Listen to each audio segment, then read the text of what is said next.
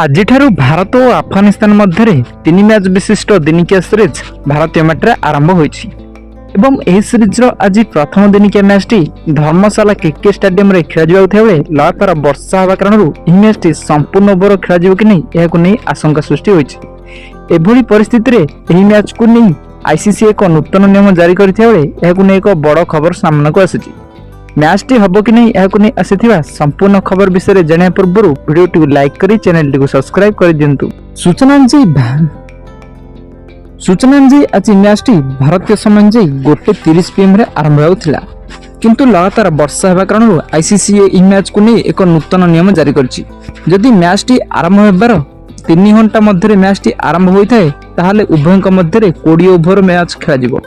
ଯଦି ମ୍ୟାଚ୍ଟି ଏହି ସମୟ ଭିତରେ ଆରମ୍ଭ ନ ହୁଏ ତେବେ ଆଇସିସି ନିୟମ ଅନୁଯାୟୀ ଏହି ମ୍ୟାଚ୍କୁ ବାତିଲ କରାଯିବ। ଭାରତ ତାର ପରବର୍ତ୍ତୀ ମ୍ୟାଚ୍ 17 ଜୁନ୍ ଏବଂ 20 ଜୁନ୍ରେ ଖେଳିବାକୁ ଯାଉଛି।